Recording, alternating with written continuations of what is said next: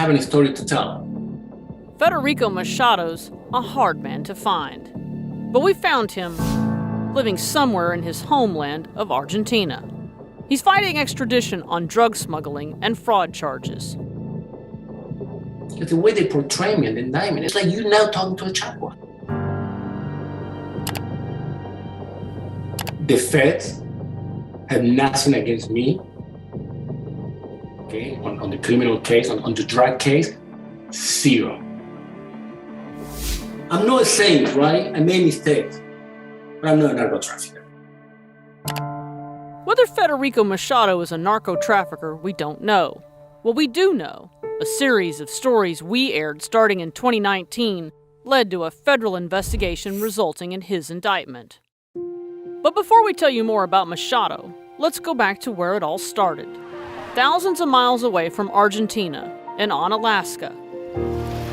An East Texas town nestled along the shores of Lake Livingston. You'd never know by looking at it, but there were more planes registered in Alaska than in cities such as Seattle, San Antonio, San Diego, and New York City. More than 1,000 planes were registered in this small town, all to these 2 P.O. boxes. And Alaska doesn't even have an airport. Where's the catch to this? The former mayor had no idea that many planes were registered in this town. What would be the advantage of listing them here? Alaska, we found, was the epicenter of a practice that resulted in foreigners anonymously registering their planes. Here's how.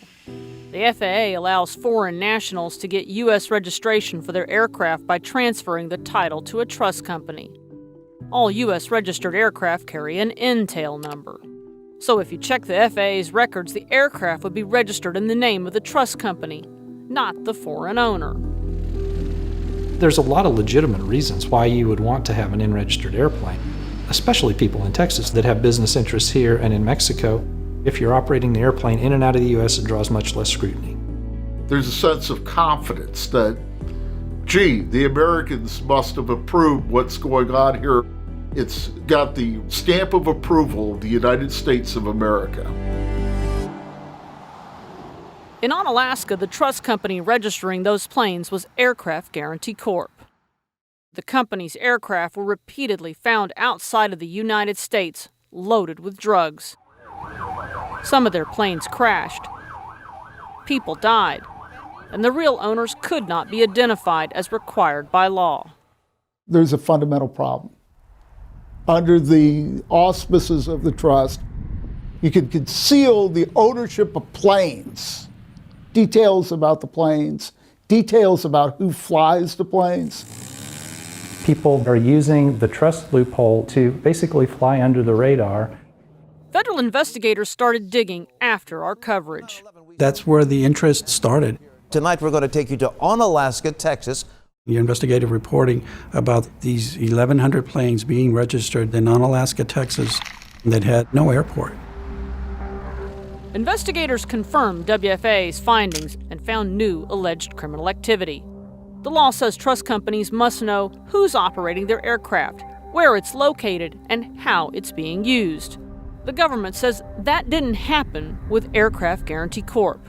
In a 2020 indictment, prosecutors alleged Aircraft Guarantee's owner, Deborah Mercer Irwin, and her daughter concealed the true ownership of aircraft and hid that they'd been improperly taken out of the country. There was occasions where the plane was put in trust. Then that plane was repeatedly sold after that to other individuals, and they had no idea who the truthful owner of that plane was. The G2 jet packed with 70 bales of cocaine. And when law enforcement seized aircraft laden with drugs in Mexico and Central America, prosecutors alleged Mercer Irwin and her daughter sought to distance themselves by either deregistering or transferring ownership.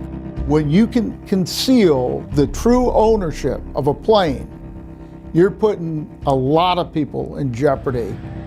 But investigators found something that shocked them. Digging into it further, it took a turn to something else. We'll tell you about it after the break. What do we really know about the planes that fly over our homes? Our investigation into how Aircraft Guarantee Corp registered more than 1,000 planes in a tiny East Texas town led to a criminal indictment of the company's owner, Deborah Mercer Irwin. That's initially where this investigation went, but digging into it further, it took a turn to something else. We found that there was an individual by the name of Federico Machado that had purchased several planes, put them in trust with AGC, and several of his planes were involved in seizures. We proceeded to obtain financial records and found the twist.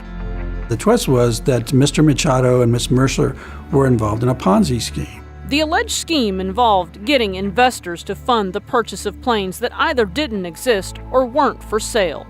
Prosecutors allege the fraud totaled at least $350 million. They continued to do more plane deals to cover up the previous plane deals, which is your typical Ponzi scheme. He even got individuals to pose as sellers of these planes. We asked Machado about all these plane deals.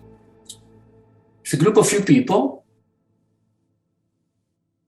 So they thought they were investing in something. They invest in something now. So where was all that investor money going? Not into buying planes, he told us, but rather his Guatemalan mining operation. There's no lines of old ladies that got cheated, okay? It can get fixed. If God gave me my freedom, I will fix it. I will pay them back, and that's it. It has nothing to do with drugs. Machado says he's far from a criminal. He's a humanitarian who gave these local indigenous people a better life through his financial deals. Which is a beautiful place in the middle of Guatemala, with all these Indians, with all these little properties. We were giving jobs to the people. They were quite happy. Machado was indicted in 2020 along with Aircraft Guarantee's owner, Deborah Mercer Irwin, and other alleged accomplices. Maybe somebody will answer. Aircraft Guarantee's office is now located in Oklahoma City. I'm going to leave a card here. Maybe they'll give me a call. We tried multiple times, but Mercer Irwin wouldn't speak to us for this story. Okay, just a minute. Okay, thank you. But she did talk to us in 2019 about the allegations surrounding planes being used for criminal activity. I would find it very difficult for a criminal or a drug user to place their aircraft in trust, and why would they? Why would they want to provide all their personal information, their passports, their corporate documents to place an aircraft in trust?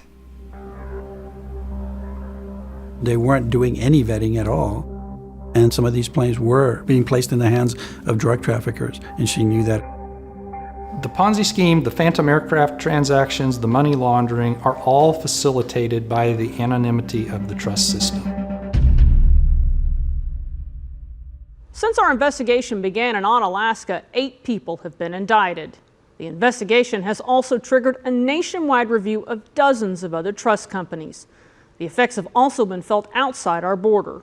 Prosecutors tell us Colombian authorities have seen a dramatic drop in drug flights. That's because it's much harder now to get a U.S. registered plane. I'm Tanya Iser. Back to you.